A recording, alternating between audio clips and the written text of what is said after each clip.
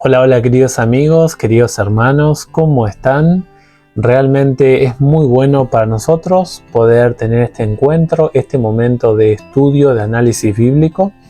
Estamos acabando la palabra de Dios tan especial como es el Evangelio de Marcos, una sección del Evangelio tan especial como es el Evangelio de Marcos. Hemos estado recorriendo juntos estos capítulos a capítulos, historia tras historia, y hemos llegado al final.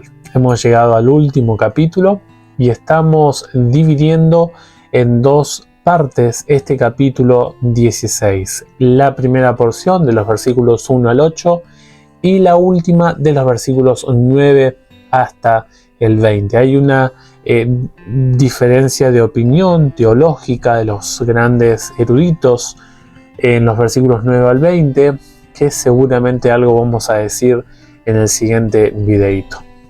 Vamos a estudiar, vamos a repasar esta porción de Marcos que habla acerca de el rol de las mujeres en la resurrección del Señor Jesús. Vamos a orar y vamos a empezar.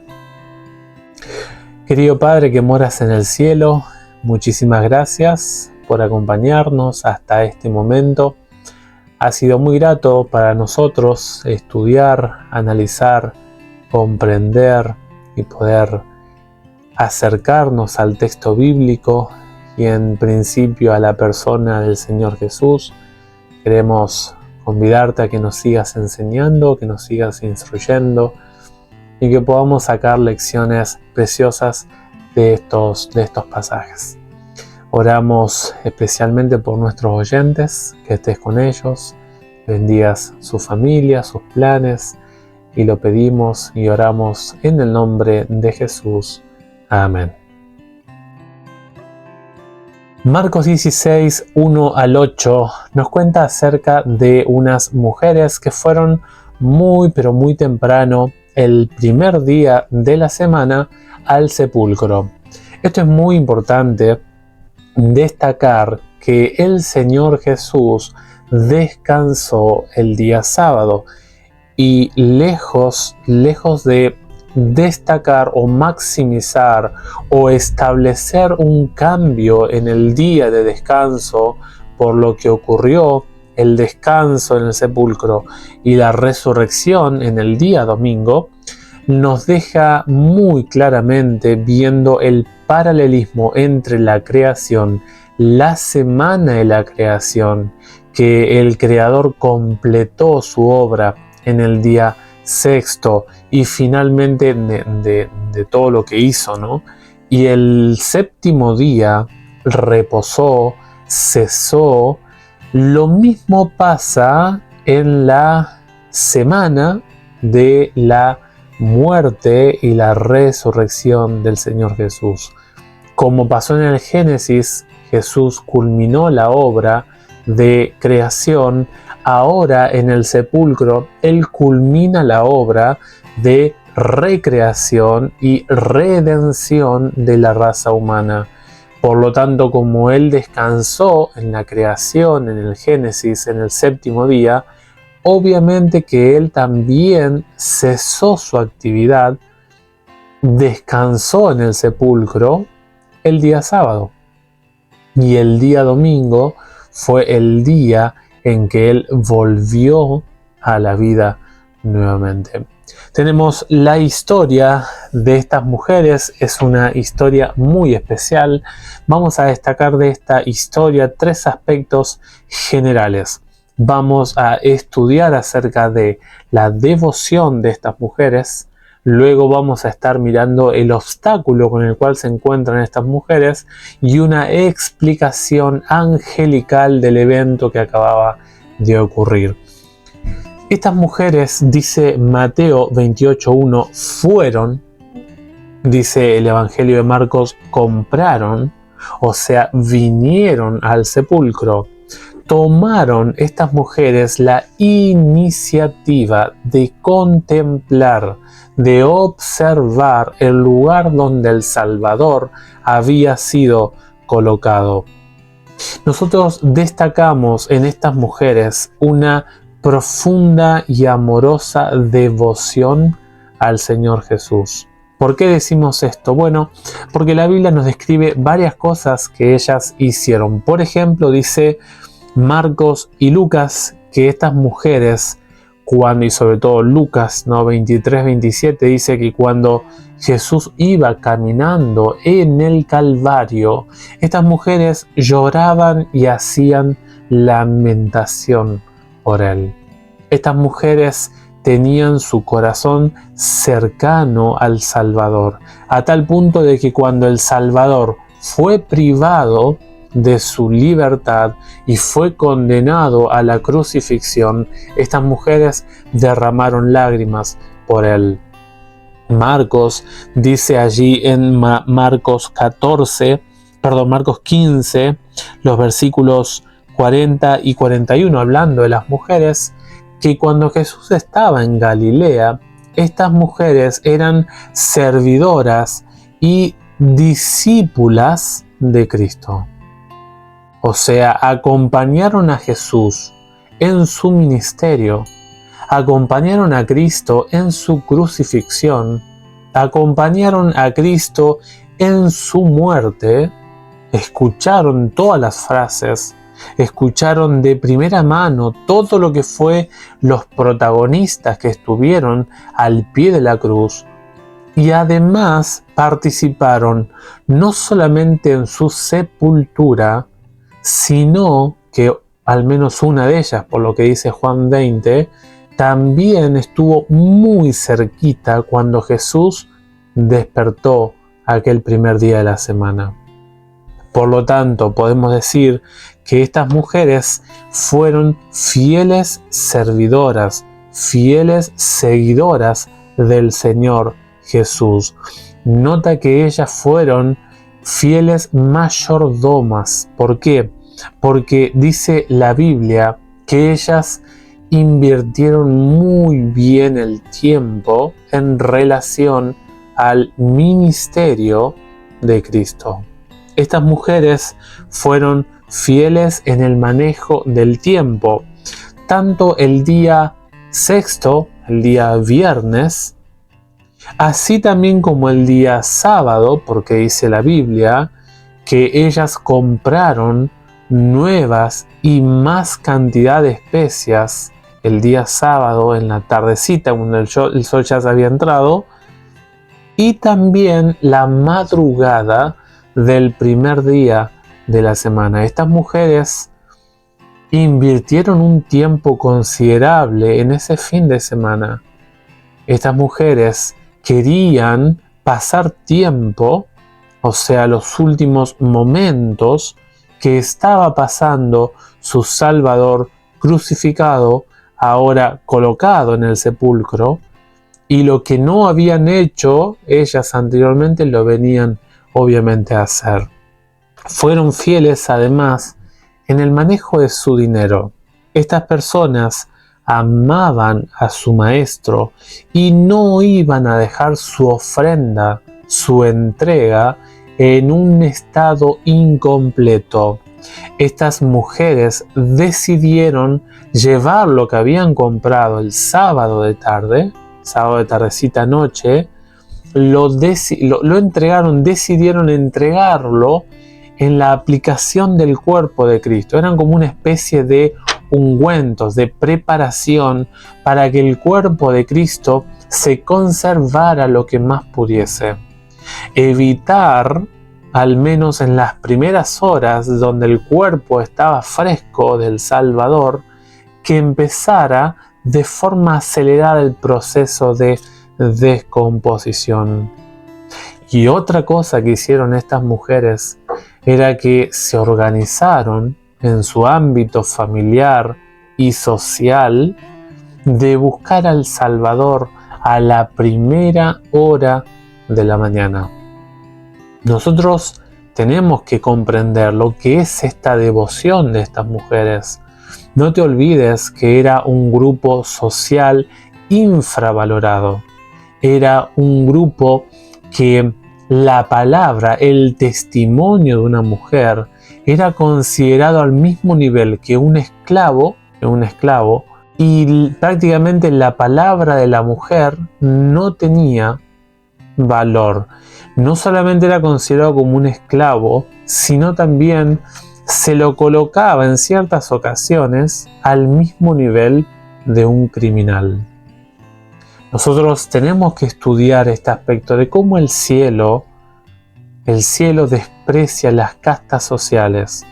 Para el cielo, en las cuestiones salvíficas, todos somos iguales. Todos estamos en la misma condición. Nadie es mejor que nadie, sino que todos estamos llamados a observar con devoción la entrega que hizo el Salvador.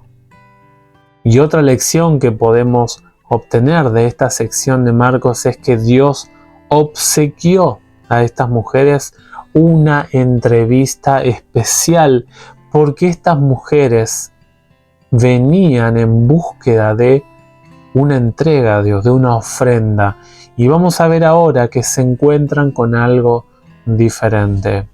Dios lo que hace con ellas es que comprueben por ellas mismas lo que había ocurrido allí. Sin embargo, dice la Biblia en el versículo 3, pero decían entre sí, ¿quién nos removerá la piedra de la entrada del sepulcro? Dice, pero cuando miraron, vieron removida la piedra, aunque era muy grande. Fíjate que al acercarse al sepulcro, dice la Biblia, y este es el segundo punto, es que ellas se encontraron o estaban pensando en los posibles obstáculos que tendrían al acercarse a la tumba de Cristo. El obstáculo era que el sepulcro, la tumba, tenía una enorme piedra afuera. En principio, esta piedra fue colocada por José de Arimatea, allí en Marcos 15:46. Cuando José de Arimatea entrega su tumba que él había cavado en la roca, en la ladera de la piedra, dice la Biblia que José cerró la tumba con esta enorme piedra. Es interesante lo que cuenta Mateo 27, del 62 al 66. Dice la Biblia que llegaron ante Pilato los fariseos y los escribas del concilio y le dijeron, Pilato, recordamos que aquel mentiroso, aquel impostor, dijo que al tercer día resucitaría. Ellos lo recordaban muy claramente. Y a tal punto era su cargo de conciencia que podía ser que eso ocurriese. Vamos a evitar. Si estuviese en nuestras manos, decían estos hombres, de retener a Jesús en la tumba, ellos lo hubieran hecho. Porque están haciendo lo mismo que quería hacer Satanás. Pero la muerte no podía retener al dador de la vida. Estos hombres dijeron, si esto llega a ocurrir, es muy probable que sea una mentira y que el evento sea defendido por los mentirosos de sus discípulos, y a tal punto es muy probable que ellos hayan robado ese cuerpo. Así que solicitamos una guardia, necesitamos un grupo de soldados que custodien la tumba. Y además de eso, la piedra fue sellada con el sello romano. Era una especie de sogas o telas, ¿no?, que recorrían toda la tierra con los sellos del Imperio Romano.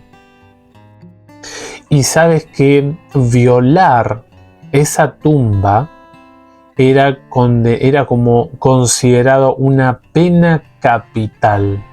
Alguien que hacía esto, cuando alguien violaba la piedra sellada por el Imperio Romano, era considerado como un sacrilegio y un delito gravísimo. Había algunas condenas. Se podía castigar con una multa, una confiscación de propiedades. Algunas veces era exiliado. El reo que hacía esto, que caía en esta condenación, caía en el destierro, en el exilio. Y en algunos casos extremos era llevado a la muerte.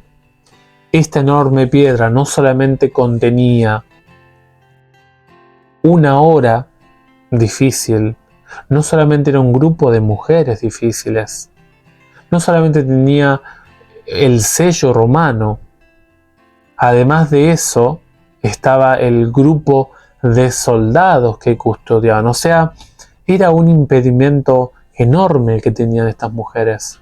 Y nosotros debemos entender que cuando nos acercamos a Cristo, cuando tratamos de tener una devoción íntima, completa con Cristo, empiezan los problemas.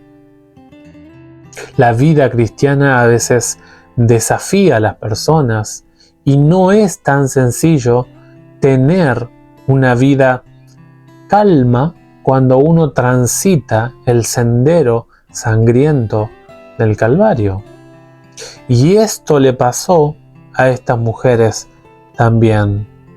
Pero esta situación fue cambiada cuando llegan al lugar. Dice la Biblia que ven la piedra removida. O sea, el lugar había sido violado. No estaban los soldados, no había soldados, pero sí se encontraron dentro a un joven vestido de blanco. Mateo claramente nos dice que era un ser angelical, un representante de las huestes de Dios. Y nosotros sabemos que los ángeles tienen una materia espiritual, o sea, no es una carne humana. Pero en esta ocasión, dice la Biblia, se materializó el cuerpo de este ser y las mujeres con su sentido visual lo pudieron contemplar. Y ahora va a venir la explicación, y este es el tercer punto, porque el cielo anhela de que comprendas lo que pasó allí. Lo que pasó allí fue algo sumamente especial. El ángel lo va a decir así: yo sé lo que buscan. Fíjate que el cielo te conoce de una forma particular. El cielo había mandado a su emisario para consolar a estas mujeres, diciéndoles que el conocimiento, la omnisciencia celestial estaba preocupada por ellas. El cielo sabía cómo estaba el corazón de esas mujeres. El cielo nos conoce a nosotros por dentro y por fuera, inclusive en momentos cuando tenemos miedo, cuando tenemos temor. Fíjate lo que dice el versículo 6. Dice: no se asusten, buscan a Jesús Nazareno, el que fue crucificado, ha resucitado, no está aquí, mirad el lugar en donde lo pusieron.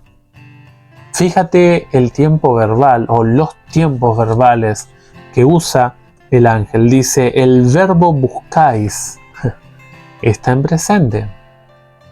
Las mujeres fueron ese día, ese primer día de la semana, muy temprano, a buscar el cuerpo de Cristo.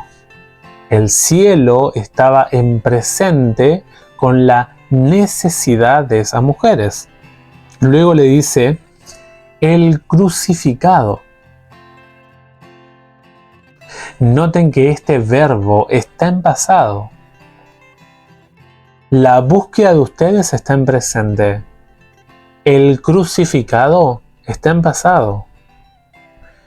Luego dice, el resucitado. Fíjate en el versículo 6. Dice, ha resucitado. Está en presente. Y sigue con vida.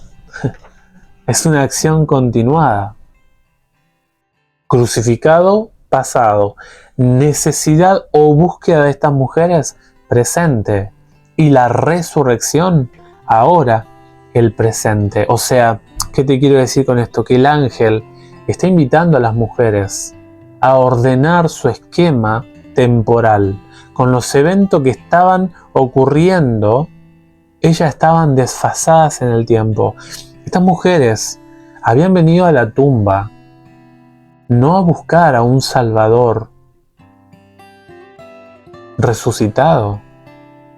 Estas mujeres habían venido a la tumba a buscar un cuerpo frío, un cuerpo inerte, para terminar lo que no habían podido empezar siquiera el sexto día, el día viernes. O sea, el ángel les dice, la crucifixión ya pasó, la tumba ya pasó, es un evento pasado. Ahora todo es nuevo. Ahora hay una nueva vida. Quien lo busca, lo puede hallar. O sea, lo que el ángel está diciendo a estas mujeres es, ordenen sus ideas en el tiempo y en el espacio de Dios. A veces la humanidad está desfasada en el tiempo de Dios. Por eso la Biblia habla de una verdad presente.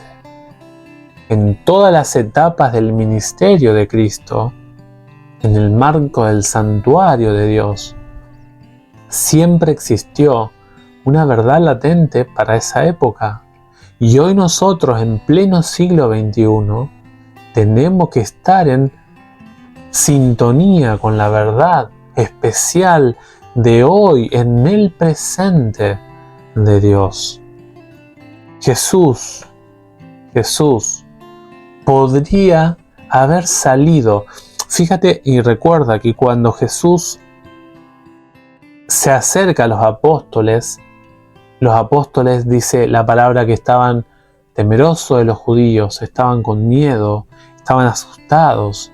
Jesús entra y se pone en medio de ellos y les dice, paz a vosotros. Nosotros no sabemos cómo está el cuerpo de Cristo. No sabemos qué cambios ha pasado, pero sí sabemos que ahora el Señor Jesús no está condicionado por una puerta cerrada, por una pared, por una construcción, que el cuerpo humano sí está. Sin embargo, dice la Biblia en Mateo 28 que Jesús no salió de una forma como ingresó en el aposento alto. Dice la Biblia que vino un ángel poderoso del cielo, refulgente. Inclusive Mateo dice que la ropa de este ángel era como un rayo, que era tan blanco como la nieve. Y era tan refulgente la presencia de ese ser que todo el lugar se llenó de luz. Todos los soldados que estaban allí, dice el apóstol Mateo, cayeron como muertos, desmayados por la presencia de aquel ángel. Y aquel ángel abre, solo mueve sencillamente la roca y llama al Hijo de Dios. Hijo de Dios, sal fuera, tu Padre te llama. Y ahí tenemos el maravilloso pasaje que Jesús habló en Juan 11. Yo soy la resurrección y la vida. Yo doy mi vida y la vuelvo a tomar. Apocalipsis 1 dice, yo soy el que estuve muerto, pero ahora vivo y tengo las llaves del sepulcro. El Señor Jesús no salió como Él entró al aposento alto. ¿Sabes por qué? Jesús lo podría haber hecho, pero Jesús no salió así para que tú y yo podamos entrar en ese testimonio de la tumba vacía. Jesús permitió de que el ángel abriese la tumba para que todos los que hoy estamos en todas las épocas, hace 2000 años, sepamos que los grandes fundadores de las decenas de religiones que hay en el mundo, Confucio, Lao Tse, Siddhartha Gautama, etcétera, etcétera, su tumba hoy en día está, pero tú puedes hoy en día corroborar de que el ángel tomó a estas mujeres para que ellas verifiquen si lo que estaba diciendo era verdad. Y fíjate que dice el pasaje 6, dice, mirad el lugar donde lo pusieron. Se llama la atención a la vista. Estas mujeres tuvieron la oportunidad de corroborar de que el cuerpo de Cristo no estaba allí. Estas mujeres son llamadas a ser las primeras mensajeras de las buenas nuevas del Evangelio. Estas mujeres fueron privilegiadas. El Señor las honró por su constante amor y consagración fiel hasta el fin, pese a que los demás apóstoles lo habían abandonado, habían dejado de lado al Señor Jesús. Y cierra esta sección con el versículo 7, antes del 8 dice, pero id, dice el versículo 7, id, decid a sus discípulos y a Pedro. Esta referencia puntual a Pedro es porque Dios sabe que Pedro necesita una restauración. El apóstol Pedro había caído y caído muy bajo, pero el cielo atendía el corazón de Pedro. Es más, Pedro, como ya pensaba que este plan había fracasado, nuevamente volvió a pescar. El cielo quería todavía restaurar al gran líder que vendría luego de la recepción del Espíritu Santo en Hechos capítulo 2. Estas mujeres, la oportunidad que el cielo le da, el privilegio que el cielo les da de entregar el Evangelio a otras personas, tienen una actitud correcta al expandir esta buena noticia. Dice el versículo 8, ellas salieron huyendo del sepulcro porque les había entrado temblor y espanto y no dijeron nada a nadie porque tenían miedo. Fíjate que el pasaje nos dice que ellas manejaron muy bien la verdad del Evangelio.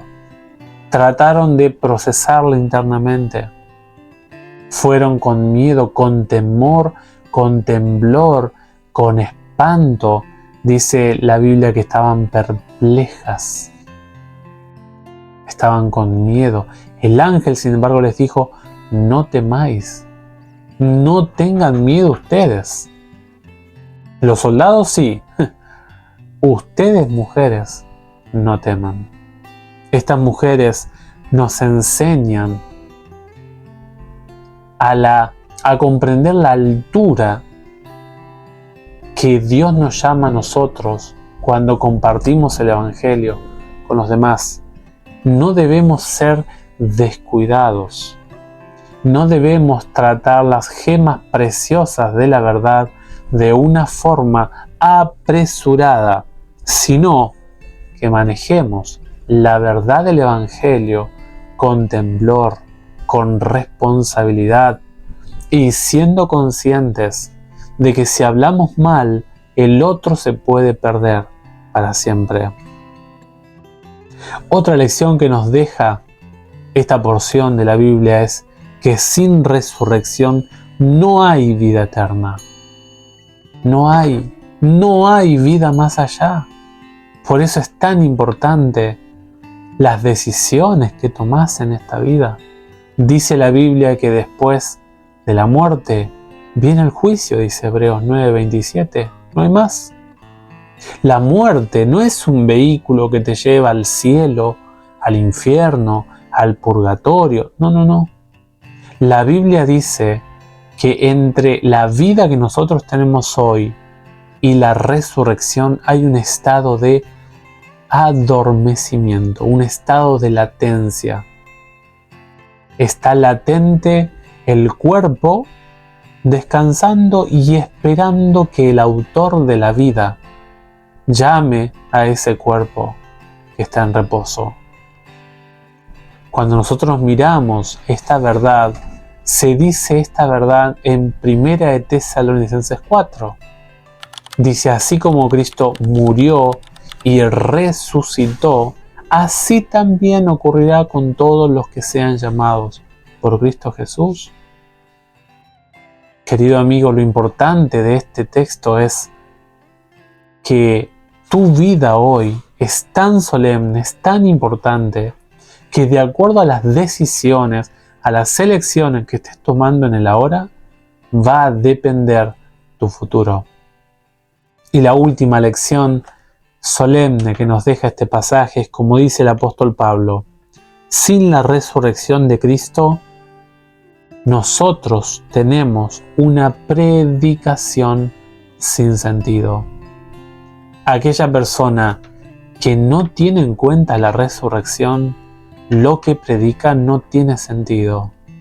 Si tú eres alguien que duda de la resurrección, quiero decirte que la base de tu predicación no tiene sentido. Luego dice el apóstol Pablo, vana es nuestra fe. Todo lo que crees, todo el paquete de contenido, toda la base doctrinal que tienes, si tú desprecias o no tienes en cuenta la resurrección, no tiene sentido. Dice la Biblia, somos mentirosos si no tenemos en cuenta la resurrección de Cristo. Hablamos mentira, vivimos una mentira y aún estamos en nuestros pecados. Terrible. Por eso, que la resurrección reavive tu fe, que podamos tener la misma devoción de estas mujeres, que podamos vencer todo obstáculo que esté lastimando nuestra fe y finalmente que escuchemos la explicación del ángel y que aceptemos lo que ocurrió aquel domingo por la madrugada. Que Dios bendiga tu vida, que seas enriquecido por este mensaje, reflexionemos juntos en esta semana y que disfrutemos, alabemos y declaremos aleluya porque el Señor ha resucitado. Bendiciones para ti y para tu familia.